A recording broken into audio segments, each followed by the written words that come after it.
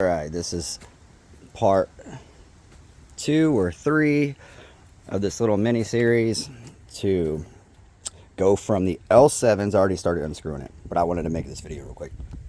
So I got the Kicker 2400.1 bumping the L7 15s, and I blew one over the years, and then this was the replacement one that I ordered.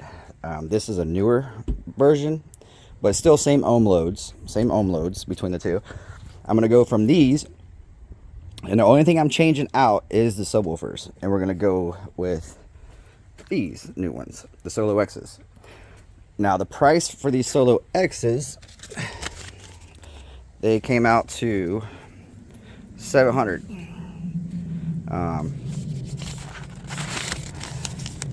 So you got soloX L7 15-inch, 1 ohm, 14, so $1,500 for two. Or you can pay around $700 and get 2 subwoofers with free shipping off eBay, brand new. So what I did is, the guy that was selling these, he had a, best offer, and I offered him $700 per sub, and he took it. So that's why I got those. But the point of this little mini series is to determine if you got a better bang for your buck going with the 2 L7s, which are fantastic, really get great subwoofers, or go ahead and pay the extra $1 to go with the soloXs. The good thing about these is if you blow them out in the field, you're able to recone them. You can fix them on the fly. These, when they're toasted, they're fixable, but it's really not worth it. You might as well just take the magnet off and use it to collect screws around your shop. So that's what I'm gonna do. I'm gonna take out this sub here, and I'm gonna put it on the scale. We're gonna weigh it. Then we'll weigh the new one, and we'll just compare the subs, and then I'll go ahead and switch out both of the subs and go from there.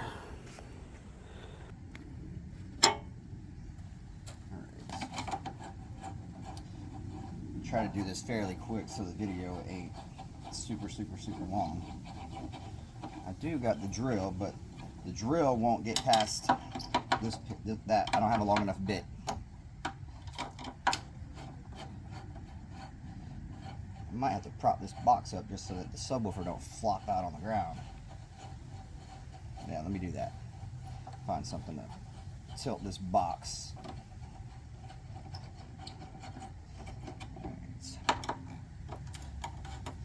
What can I tilt this thing with?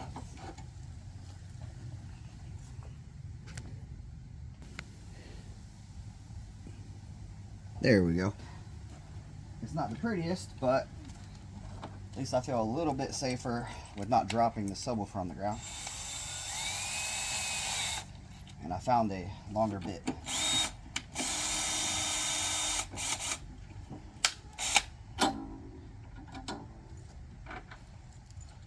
Set these right there.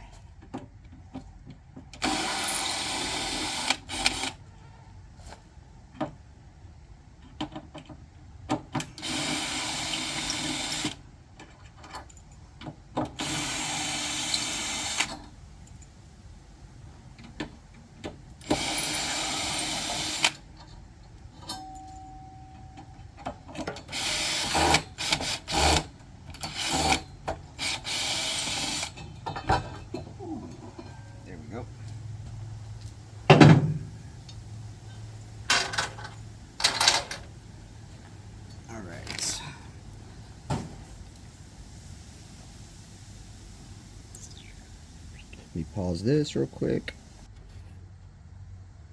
Alright, now I'm going to take this subwoofer out and we'll set it side by side with the other one.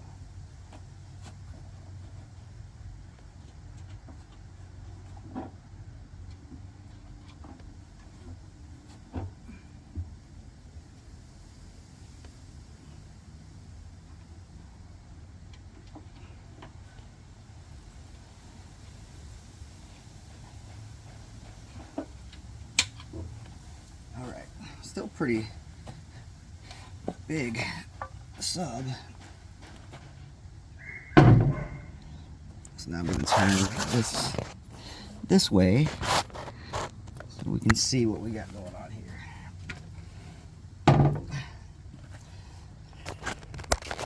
Oh yeah, definitely a big difference. That's the soloX, and that's the other one that just came out. Side by side comparisons. Oh man, still pretty heavy.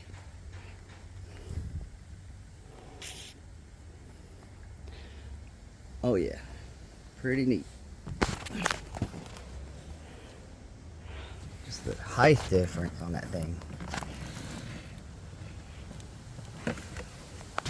Alright, so now we're going to weigh it and see what they come up as. So the old one comes in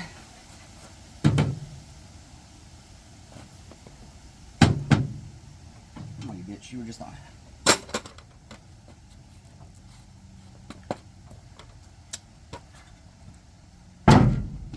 You pause this until I get the scale to turn back on. Alright, of course I had to go get some more batteries, but let's see what it's coming in at. Alright, it's going to calibrate. Put this on. So the old sub comes in at 33 pounds. 33 pounds. Alright, let me put the other one on there. Alright, so the new one is coming in at, of course, 1 second. Do this. Alright, there we go. The new one is coming in at 68.4 pounds. Man, that was a pain in the butt to do. Battery's dying. Fuck. It's crazy. Alright, so that's the side-by-side comparisons. That's the weight. And now we just got to remove that one. Obviously, this doesn't stay with the car. That's just holding it up. So when I unscrew this, it doesn't fall on the ground. Yeah, the Q-bomb box is pretty good. No issues with it. Alright, so I'm going to set this back down. Start unscrewing that other speaker.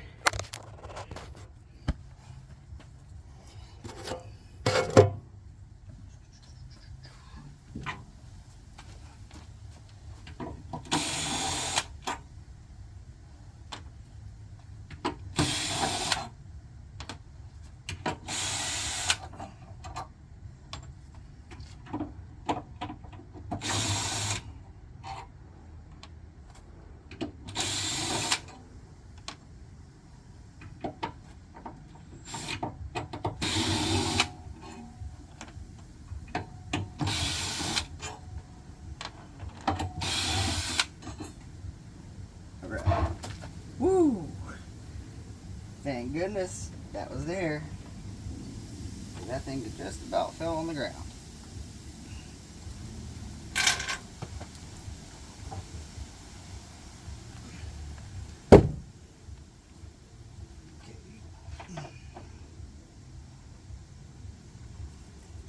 Oh yeah, this one here was beat up. One of the leads came off, so I think that's what happened. Let me see here. Pause this. There's no point in watching me take that off, so 1 second. Alright, I got it all taken out, but check out this speaker. This thing has been used and abused. I had to, at some point, zip tie this up because it broke off, like this, the lead coming down, the spider. It broke off and I zip tied it to the basket. But it worked. It's been bumping like that for many years. So this speaker is from 2008. It says 08 S15 L74. So that's the older one. But that coil number 2 broke off at some point throughout the years, and I zip tied her back on. It still works. Fully functional, plays just fine. Alright, now we're going to put that in to that, and we're going to wire everything to where it's at 1 ohm load to the box. So I'll get them wired, and then I'll show you how I done it. So I got two 1 ohm subs going to be wired in at the amp at 1 ohm, because that KX 2400.1 is 1 ohm stable, and we want to get the best bang for our buck. Man, just wild. Again, the logs don't stay, it's just keeping them from falling on the ground. Like craziness how big the cone is on there, and that rubber ring. Pretty wild.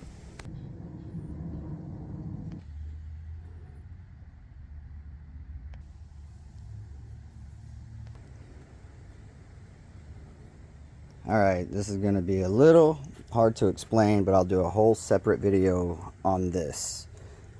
1 ohm dual voice coils wired up, and then it comes down to the amp at 1. This has been going like from 0.9 to 1, because they're just like stabbed into that. So best way to explain it is I looked at the old sub over here, and the old L7s say coil 2, coil 1. These new ones don't, but on the old sub, you see how it's got the black with the dot? Well, the new ones have that too, the black with the dot. So using that knowledge of which ones were coil 1, coil 2, I was able to then wire the subs properly so that they go into the ohm, or into the amp at 1 ohm. So that's what you want. And so your main wire coming out of the amplifier, you're gonna have a positive and a negative. The positive is gonna go to the red dot, solid red dot right here. You're gonna go through the box to the other side to the solid red dot on the other subwoofer. And then your negative from the amplifier will go to this black with a white dot right here, or the silver dot on this sub. So from the amplifier is these two, that lead, and then that one there, that terminal. So amplifier, solid red, amplifier, the lead, or the terminal with the black dot. Then on the other side of the subwoofer, you're gonna have the red with a dot. I'll just show you real quick. 1 second. Let me turn it. See if I can turn it in for the jumper wire. So on the jumper wire, you're gonna go to the red dot terminal, jumper wire over to the black dot terminal. All right. And then, you know, same concept, red wire to the amp, negative wire going to your negative on the amp. And then that's that. Yeah, so I'm going to slap these into the box. It looks sloppy now, but I wanted to triple check everything to make sure my, you know, the way I was wiring it was going to be 1 ohm load at the amplifier. So I pretty much wired them from 1 ohm. I wired it up to 2 ohms per sub, I believe is what I just did. And then the amplifier is recognizing it as one huge subwoofer. The amp's seeing it as one big subwoofer at 1 ohm. But I'll put a whole nother video for that, explaining all that on how to wire it. This video here was just, you know, comparison, size comparisons and stuff of that nature. But that is one of the flaws I've seen, is the new subs are not labeled like the old ones. Coil 1, coil 2. It's a guessing game. If I didn't have this, it would have been pretty difficult. And even whenever you scan, this came with the L7s, like the new ones, the soloX subs. This came with it, and when you scan that, it doesn't show you anything about coil 1 and coil 2. So that's kind of vital information. But that's going to be a completely separate video. So the next step, I'm going to go ahead and pause this, slap these subs back into the box, and we'll go from there. So give me a moment. All right, I just, on the other phone, took another video, and it will be posted with this one here in a moment, about how to wire these subs. You're wiring them up, so when it feeds down into the amp together, the amp's gonna see as one big sub at 1 ohm. All right, so give me a second. Let me wire these and screw it into the box. Well, this video is gonna be concluded. Now I gotta make a baffle. The new subs are smaller. They don't fit the old one. Like the old one, I could see like the dirt mark. It went all the way up to here and around. The old L7s. Yeah, the new ones are too small. There's a gap. So now I got to build a baffle, I guess. Yeah, that sucks. I got to get some wood and cut it. Like you can see the dust ring on this one going around. The old L7s were bigger. So, yeah. I don't think I'm too impressed so far with the build on these new soloXs, because one, the coils aren't marked, and two, they're just all around smaller. Like the old ones came up to here. So what is that? Let me get a tape measure, 1 second. Are they actually 15 inches?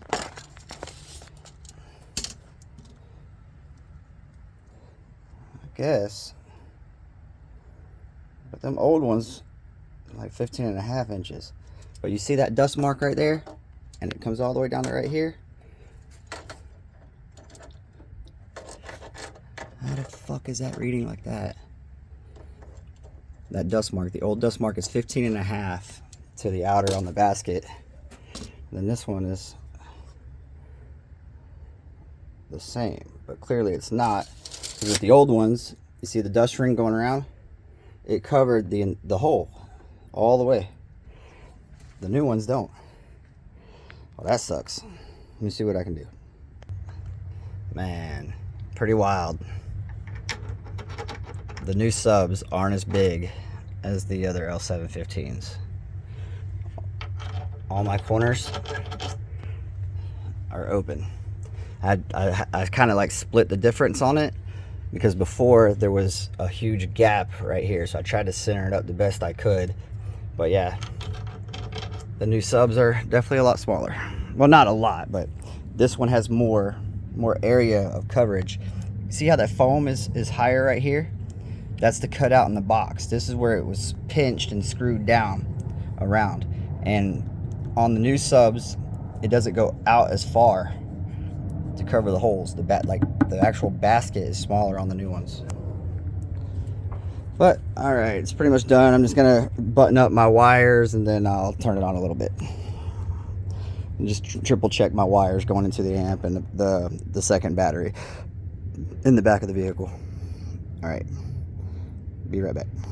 Well, they're in about as good as they're gonna be in for today.